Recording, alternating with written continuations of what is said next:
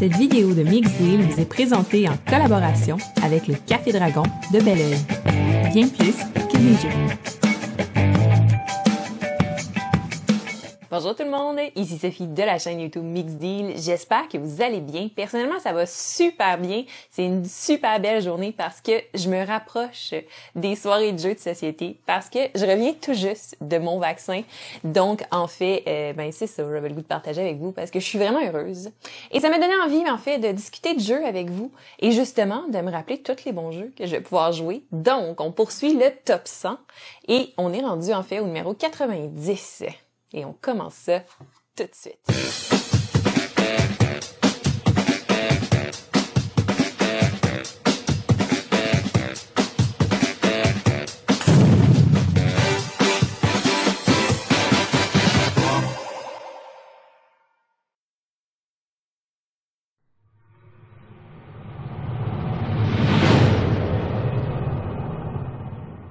En numéro 90, c'est un jeu en fait qui est un bon filler, autant pour ceux qui en fait débutent dans les jeux de société que pour ceux en fait qui sont assez bons déjà dans les jeux. En fait, c'est un filler, c'est quoi? C'est un jeu que tu vas jouer entre deux plus gros jeux dans ta soirée, qui est plus léger, qui va te permettre d'enchaîner partie après partie parce qu'ils sont rapides généralement, les règles sont faciles à comprendre, bref, et c'est Sagrada.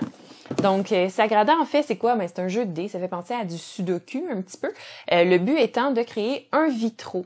Et pour créer le vitro, en fait, on a tout plein de contraintes. On a des façons de faire des points particulières qui changent de partie en partie. Donc, des cartes de score qu'on sait que ça va nous rapporter plus de points. On a également des objectifs personnels, tout ça. Donc, au cours de la partie, on essaie de placer nos dés dans notre vitrail en draftant les dés, en essayant de réaliser les différents objectifs et en essayant de respecter toutes les contraintes qu'on va avoir dans notre vitrail. C'est super intéressant, c'est un bon casse-tête, c'est un jeu que j'apprécie beaucoup.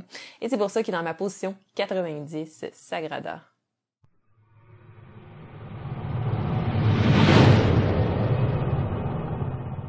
Donc, à ma position 89, encore une fois, un filler, encore une fois, un jeu qui est bon pour introduire les gens aux jeux de société, mais aussi un jeu qui crée une certaine dépendance parce que quand tu le sors, tu vas jouer plusieurs parties et généralement les jours qui suivent aussi parce que tu te rappelles à quel point il est bon. C'est un jeu que j'aime encore aujourd'hui beaucoup jouer, donc je dis pas non à une partie de ça. Et c'est Century, la route des épices, donc le premier tome de la série de 3 jeux qui sont tous combinables ensemble. Même si on fait 3 tomes, reste que le premier, c'est celui que je préfère, celui que je trouve le plus fluide, que je trouve le meilleur. C'est pour ça qu'il se retrouve en position 89. C'est quoi Century Spice Road? C'est un peu un mélange entre un deck building et un engine builder où on va essayer en fait de créer avec nos cartes, d'aller récolter certaines épices et pouvoir remplir les commandes pour pouvoir faire des points de victoire. Donc, avec nos cartes, on va réussir à transformer des épices en d'autres épices, aller récolter un certain nombre, faire des échanges, tout ça, ce qui va nous permettre, au fur et à mesure, d'avoir un engin qui est vraiment efficace, justement, pour pouvoir remplir plus rapidement les commandes. Bref, c'est vraiment le fun, c'est satisfaisant comme jeu, c'est super rapide. Et c'est Century, la route des épices.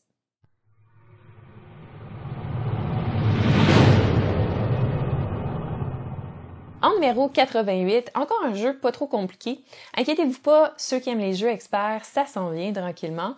Dans mes premiers jeux, c'est sûr que c'est des jeux plus d'introduction, c'est des jeux que j'ai connus plus en débutant, un peu comme on a vu dans ma première partie en fait de mon top 100. Donc c'est encore un petit jeu, mais quand même.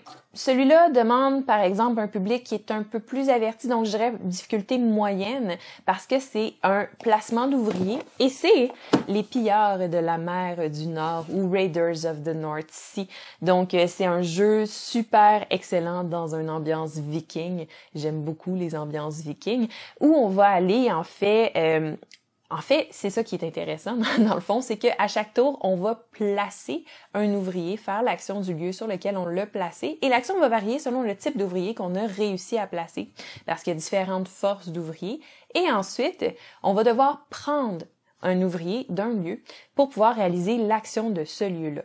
Donc, on échange comme ça les ouvriers sur la carte tout le long de la partie et on essaie de récolter des ressources, tout ça, pour envoyer nos vikings, en fait notre flotte, aller piller certaines zones pour pouvoir ramasser justement d'autres ressources et continuer comme ça à faire des points de victoire en remplissant des commandes, en pillant justement, puis en augmentant sur certaines pistes de points de victoire. C'est vraiment bon, ça se démode pas, puis avec les extensions en plus, on prolonge la vie de ce jeu-là, donc c'est pour ça qu'il se retrouve en position 88 et c'est les pillards de la mer du Nord.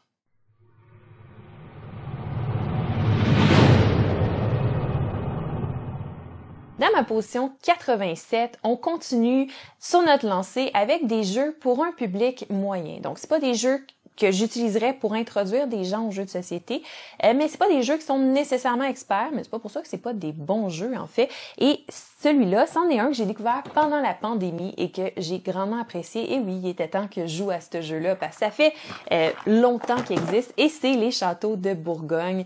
Là ici, j'ai la version en fait qui ont fait anniversaire de 20 ans de la compagnie, là, pas du jeu, donc qui est très très belle. Mais en fait, n'importe quelle version, c'est la même chose. C'est super bon. Encore une fois, c'est un petit placement d'ouvriers avec certaines twists. Les ouvriers, c'est des dés. On va aller récolter des tuiles. On va essayer de créer notre château en faisant les combinaisons les plus efficaces possibles pour faire des points de victoire. Et à la fin de la partie, c'est celui qui a réussi à créer son château en récupérant les meilleures tuiles puis en faisant les meilleures combinaisons qui va gagner. Donc, c'est vraiment bon. Il y a tout plein d'extensions en plus dans cette boîte-là, donc on se tanne pas parce que le jeu change tout le temps. Et c'est les Châteaux de Bourgogne.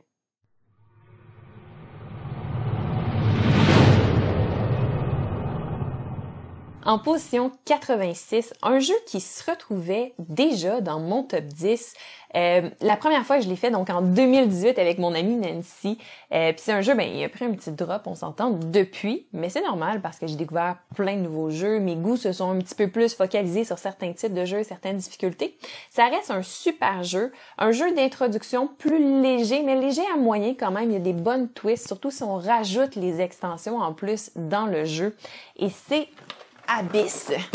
Donc, Abyss, c'est un jeu de politique de poisson où en fait, ce qu'on veut faire, c'est aller recruter des alliés dans la mer pour pouvoir, avec ces alliés-là, en fait, recruter des seigneurs. Et là, les seigneurs ils ont des pouvoirs spéciaux, ils nous permettent en fait de créer un certain type d'engin qui va nous permettre d'être plus efficaces dans tout ce qu'on fait. Et quand on récolte un certain nombre X de seigneurs qui nous rapportent des clés, on débloque des lieux et les lieux nous débloquent des pouvoirs passifs ou des façons de faire des points de victoire à la fin de la partie. Bref, on combine tout ça ensemble et c'est un super jeu qui se joue bien en fait avec des enfants, avec des adultes, n'importe qui et où on va faire un peu de marchandage avec les autres joueurs. Bref, c'est super intéressant. Quand on rajoute les extensions, ça devient très très complet comme jeu. Et c'est pour ça qu'il est dans ma position 86, c'est Abyss.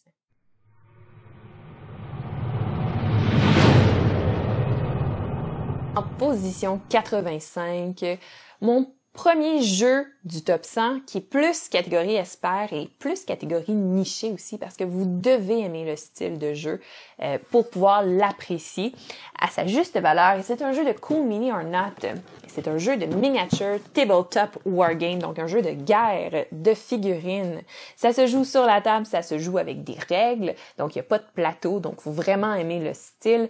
Il y a deux armées qui vont s'affronter en fait et les unités sont placées sur des plateaux avec un certain nombre d'unités selon ce qu'on a sélectionné. Et là, à chaque fois qu'on fait des dégâts, les unités partent et quand il n'y a plus d'unités sur le plateau, alors on a réussi à éliminer complètement cette partie-là de l'armée.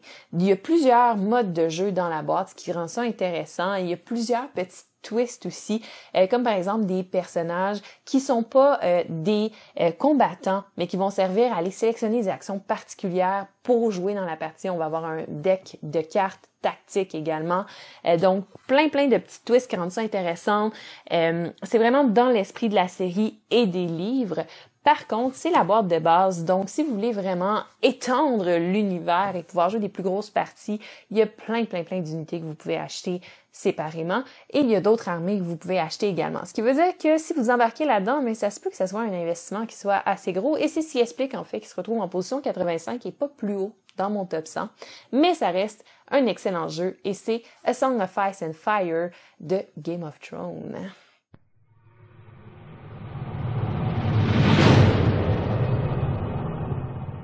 En position 84, c'est un plus petit jeu.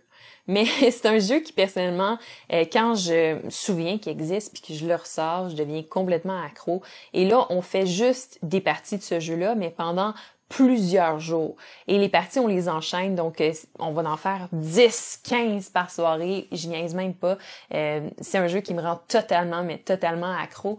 Et c'est très futé. Et j'ai mis vraiment très futé parce que j'allais pas faire 2 catégories pour les 2 jeux comme ils se ressemblent vraiment beaucoup. Et maintenant, il y en a un troisième qui est sorti que j'ai pas eu la chance d'essayer encore. Mais bref, c'est un roll and ride qu'on appelle. Donc, on roule des dés et ensuite, on va sélectionner des dés et selon ce qu'on sélectionne, on va aller cocher, sélectionner des choses dans un plateau qu'on a devant nous. On va l'écrire et le but étant de faire les meilleurs combos pour faire le plus de points possible. C'est très mathématique et le challenge est quand même vraiment intéressant parce que pour faire des bons scores à très futé, il faut faire des combos qui sont vraiment... Ça demande un creusage de coco, bref. Fait que c'est vraiment un jeu que j'apprécie énormément. Et c'est pour ça qu'il se retrouve en position 84, donc très futé et vraiment très futé.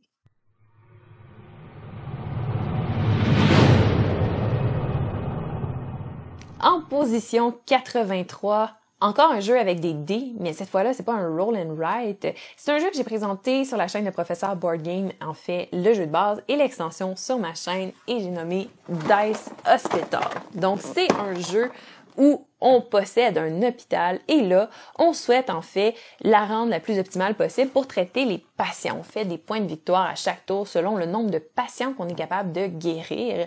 Et c'est pas mal ça le jeu en fait, avec un draft de dés, tout ça, avec une création de tableau devant soi. C'est vraiment intéressant. C'est un jeu que tout seul, il va peut-être être redondant pour le public un peu plus averti, là, pour ceux qui jouent à des jeux un peu plus experts. Par contre, quand on rajoute l'extension, ça devient un jeu qui est fascinant. Bref, un très très bon jeu. Et c'est Dice Hospital.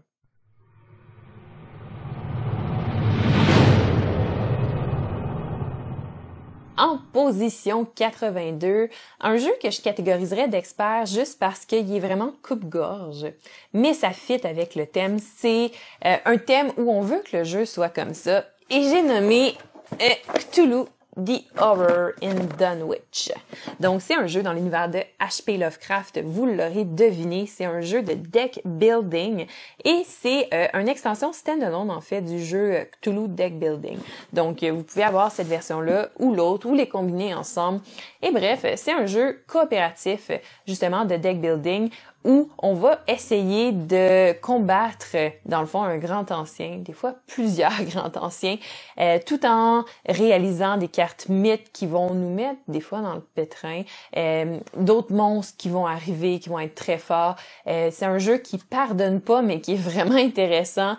Bref, l'art est intéressant aussi, mais faut vraiment aimer le style. C'est un jeu qui est très particulier parce que justement, il est vraiment violent. Les chances de remporter une partie dans ce jeu-là sont très, très minces et directement en partant, en fait, il faut vraiment être stratégique dans ce qu'on choisit parce qu'une mauvaise décision peut faire que 2 tours plus tard, aucune chance de survie.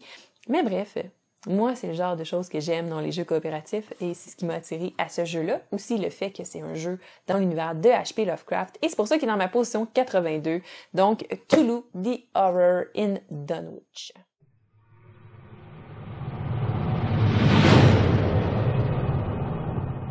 Finalement, en position 81, c'est le deuxième jeu que je me suis procuré par moi-même dans mon expérience ludique. Et en fait, c'est pas un petit jeu. Fait que pour lire les règles, j'ai été surprise, mais j'ai persévéré et j'ai été vraiment contente. C'est le jeu qui m'a fait découvrir les jeux semi-coop avec un principe de traite dans un univers post-apocalyptique de zombies. 2 choses que j'aime beaucoup. On se croirait dans Walking Dead. Et bref, c'est vraiment un bon jeu, un beau jeu. C'est élégant. Le gameplay, c'est vraiment le fun à jouer. Ça joue à 5 joueurs. Puis dans le fond, c'est un jeu dans lequel on a une colonie et on essaie de survivre à un apocalypse de zombies. Et ce jeu-là se joue par scénario, si on veut, avec des cartes qu'on va piocher au début de la partie et qui va nous dire qu'est-ce qu'on doit réaliser pour gagner la partie. Mais évidemment, pour gagner, il faut que tout le monde survive, qu'on réussisse à nourrir tout le monde dans notre colonie, que le moral soit bon et que, on se fasse pas infecter par les zombies. Et là, on doit aller explorer les lieux autour de la colonie, trouver des items, survivre à des crises. Il y a plein de choses qui se passent. C'est vraiment intéressant. Et pendant ce temps-là, il y a un petit côté narratif qui va se passer où on va révéler des cartes, dans le fond, qui vont nous faire... c'est ça, un petit côté narratif où on va devoir prendre des décisions des fois un peu déchirantes sur certaines choses qui vont nous donner des récompenses, des fois des malus. Bref, il y a plein de choses qui se passent dans une partie et en plus de tout ça, il peut y avoir un principe de trade, donc avoir quelqu'un qui veut absolument pas qu'on gagne la partie, donc qui va essayer de mettre des bâtons dans nos roues et chacun a vraiment son objectif secret aussi qui peut influencer comment est-ce qu'il va réagir dans la partie. Bref, c'est un bon jeu. C'est un beau jeu, c'est complet. Puis c'est un jeu qui va rester longtemps dans ma collection parce que j'ai toujours envie d'y jouer, même si des fois je l'oublie pendant un certain moment. J'y reviens tout le temps après. Puis je suis toujours surprise à quel point c'est un jeu qui est profond puis qui est très bon. Et c'est Dead of Winter, a Crossroad Game. Et voilà, c'est ce qui met fin à la deuxième partie de mon top 100. J'espère que vous avez aimé ça. Laissez-moi savoir dans les commentaires ce que vous pensez des jeux qui se retrouvent dans ce classement-là. Est-ce qu'ils devraient être classés plus haut? Est-ce qu'il y aurait pas leur place dans mon top 100? Pourquoi? Et s'il y a un jeu qui vous a plus marqué dans ceux que j'ai présentés, que vous aimeriez avoir plus de détails dessus, laissez-moi savoir. Et en fait, si vous avez aimé la vidéo, n'hésitez pas à laisser un pouce en l'air, un commentaire, à vous abonner à la chaîne YouTube Mixdeal et à sonner la cloche pour pas manquer aucune vidéo que je mets en ligne. Et d'ici là, je vous souhaite une super belle journée, puis à la prochaine!